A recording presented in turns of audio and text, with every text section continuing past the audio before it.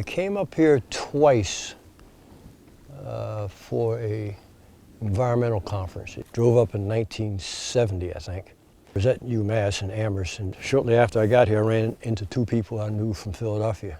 And of course, you always ask the same question: what are you doing here? What are you doing here? And they were there for the same conference. Well, the next year we drove up together. We drove up from Philly, and it was dark when we got up into Massachusetts, and her husband was saying, "Where are we going to stay?" She said, "I don't know, but I have a friend that lives in this area. I'll call her." No cell phone, so we had to stop somewhere. She made a phone call. We wound up going to a place in Leverett. They set up a tent and slept outside the car, and I slept in the car next to a house. And the next morning I met Ethel Du Bois, who was the founder of the Long Plain Nature Center.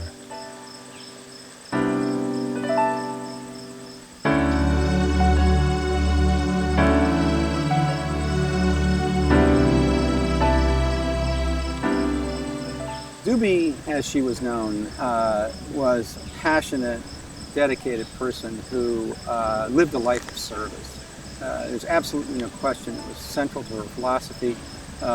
She was a Quaker, a peace-loving person, a person who was dedicated to the environment, and she very successfully ran the center from her house. Our idea was to bring inner-city kids up to Leverett and teach them about nature. And I don't know if people know it, but the Long Plain Nature Center became the Hitchcock Center. And she ran some very good programs for many, many years, bringing students up from Springfield as well as local groups, and of course a very successful summer camp. She was like steady all the time. Nothing could rock her. You know, she was always even-keeled. Even sometimes when we got a little rambunctious, you know, she knew how to pull the reins in on us. Like one of her favorite tricks was, there might not be any time in the barn if we're not listening, you know. But I also remember going for walks with her out in Mount Toby and so forth. And one of the memories that has stuck with me all my life was that we, of course, would be 7, 8, 9, 10 years old, and you let us out, we'd all want to run wild, you know. But she'd always have a way of pulling us back and like getting us to look at the things that you'd run past because you were too busy being a rowdy kid in the woods, you know. And one of her refrains was, "See, if you don't slow down, you won't see this." She was always able to kind of pull us in and get us to see the things that she was careful enough to see. That's my principal memory of her.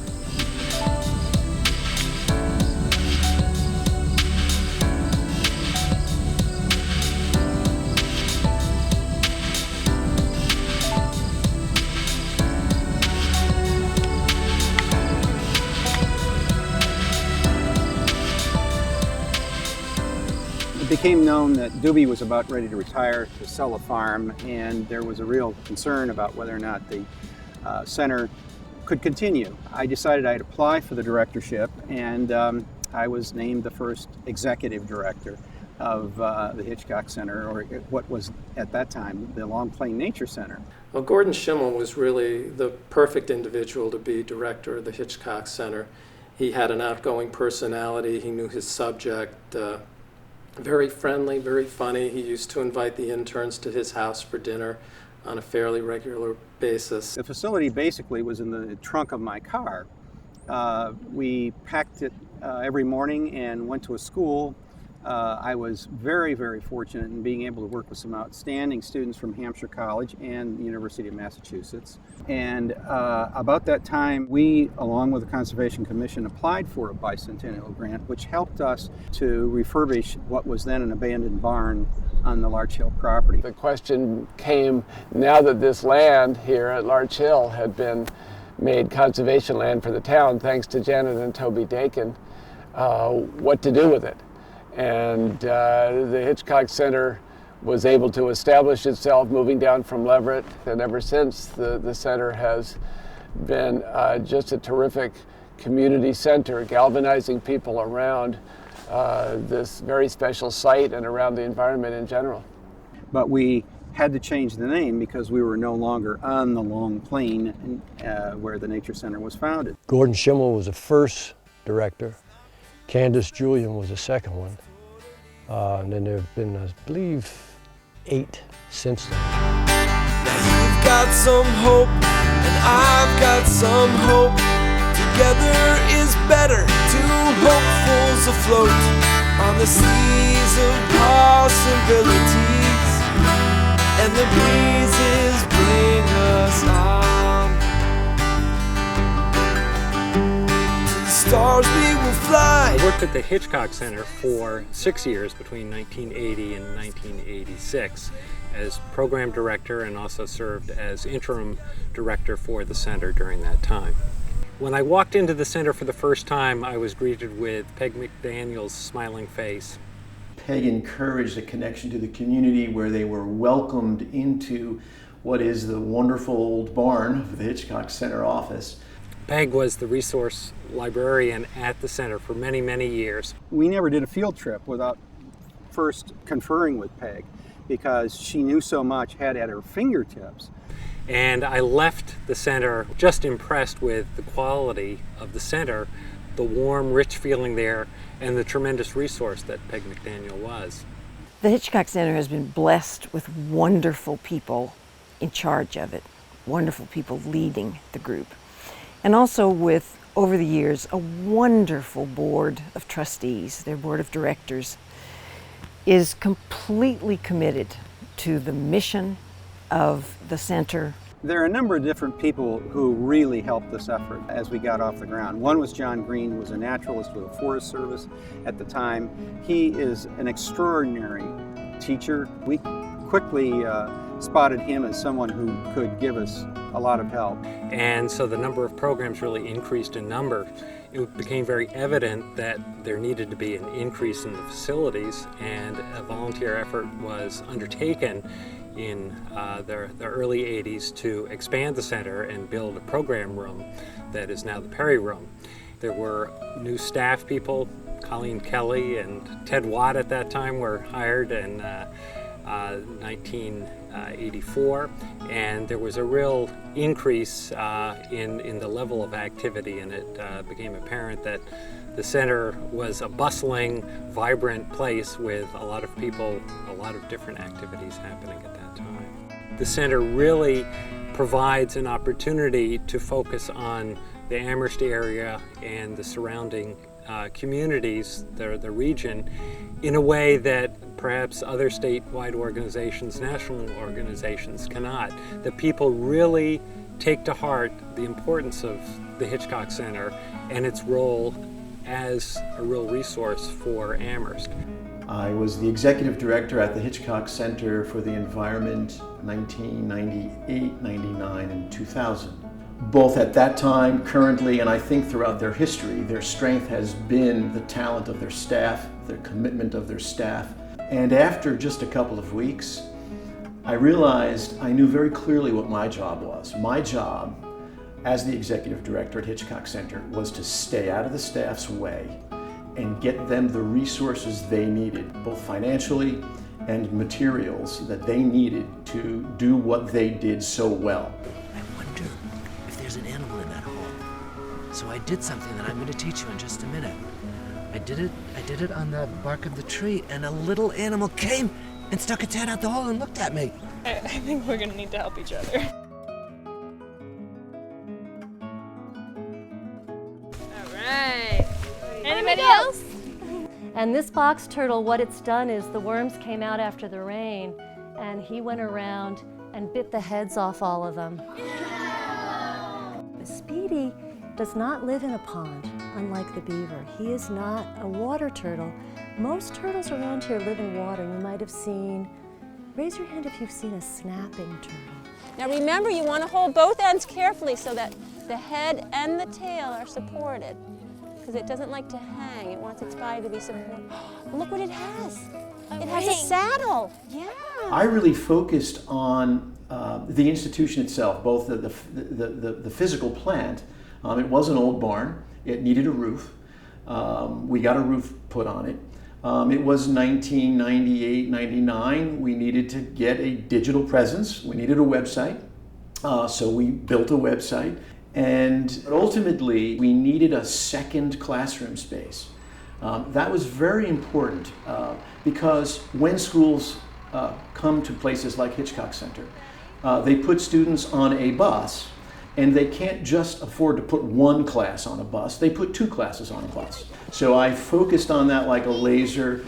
I remember the last day I drove out of Hitchcock Center.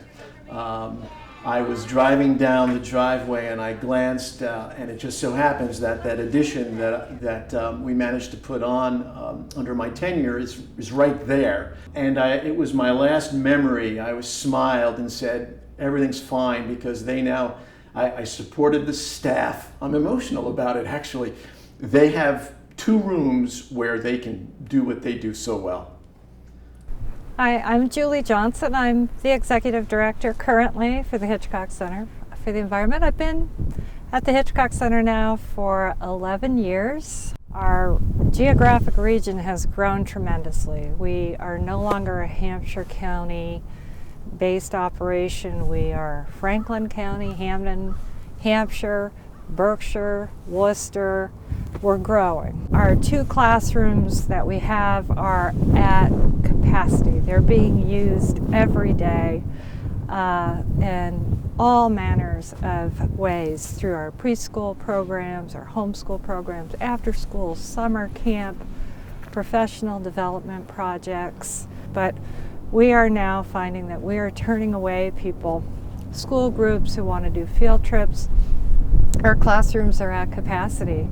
I bump into people all the time who their kids are there now, or they went there as kids, and now their kids are there. I mean, it's amazing. When I was interviewing preschools trying to decide where to take my daughter, one of the positive aspects of at least one of the preschools, and maybe it was 2, was that they actually had educators from the Hitchcock Center who would come to the school. And this was a huge selling point for the preschool, and it was. But I also loved, as a member of the board, knowing that the director of these preschools felt that way about it.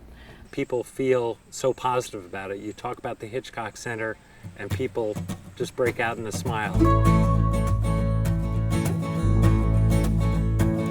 Let's go make some mud pies. I'll go get the dirt. You go get the water and we can get to work.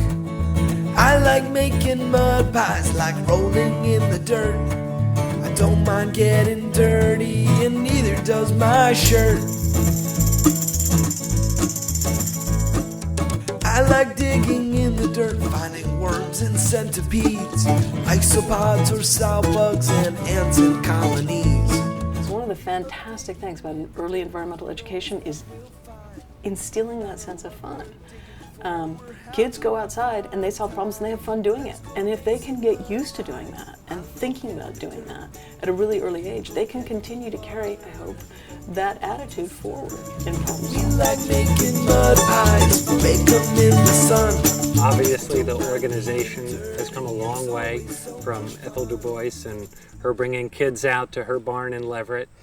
And to see where the center has come from and also where it's going is very, very exciting. We have this wonderful, exciting opportunity to work with the Hampshire College community by building a new building on their campus.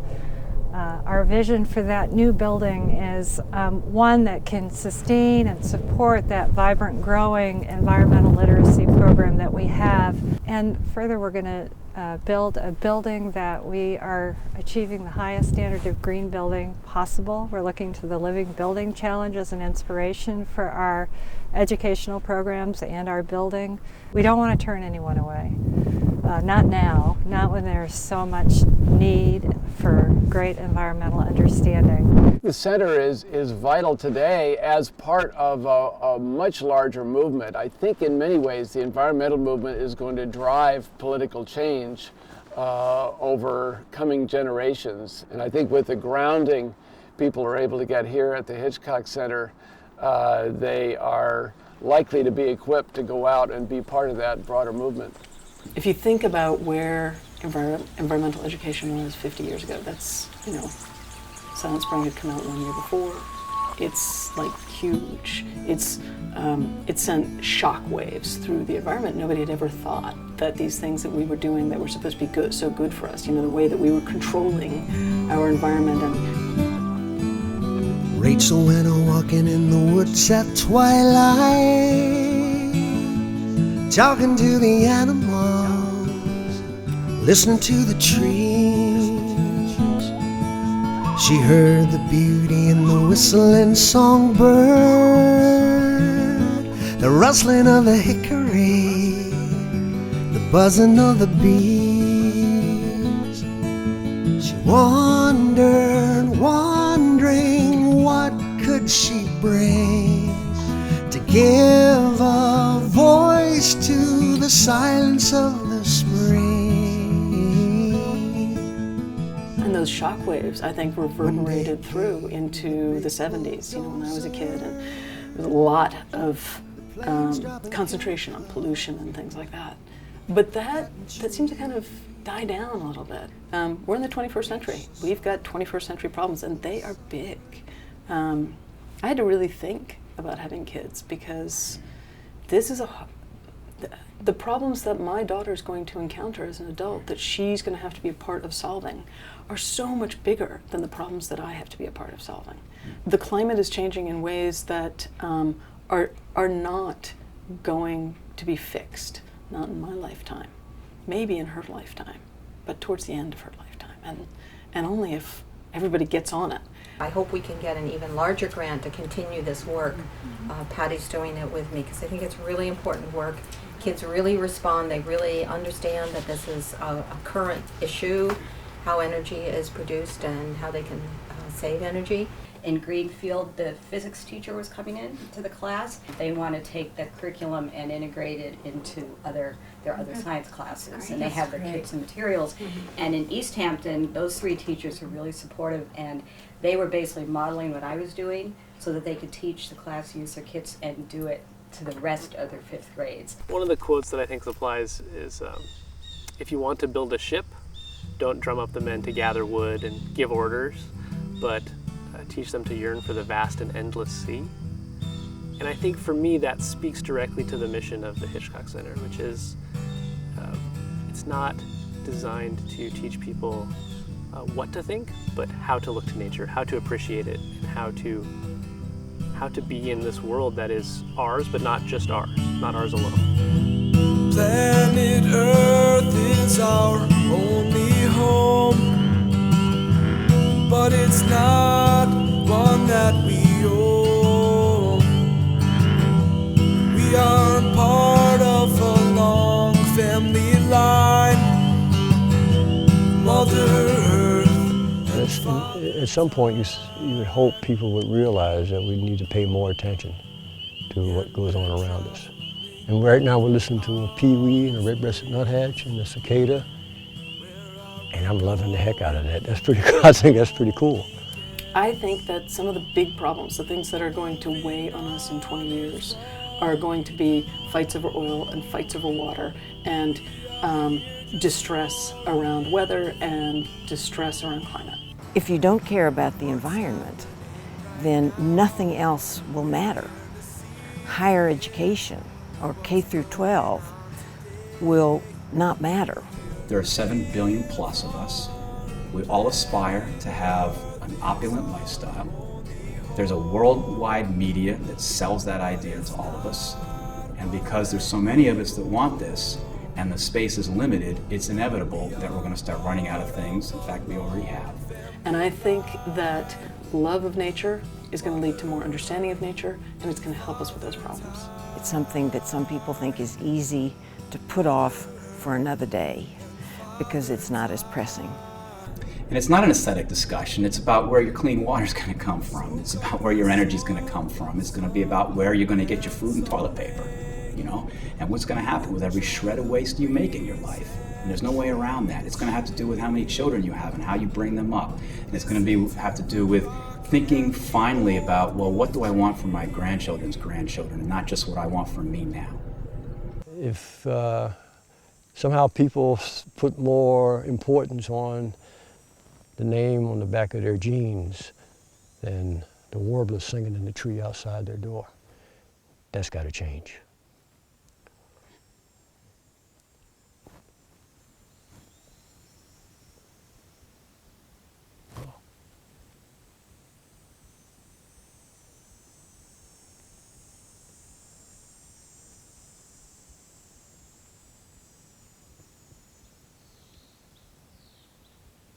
Wow.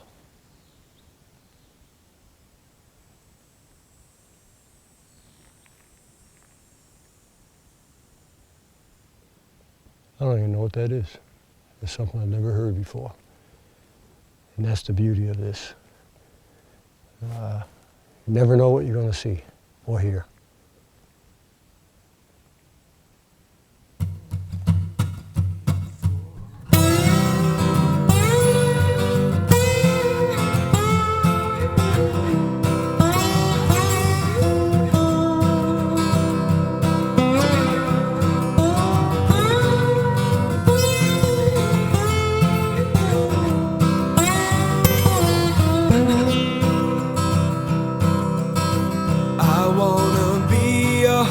Just for one day, I wanna fly away.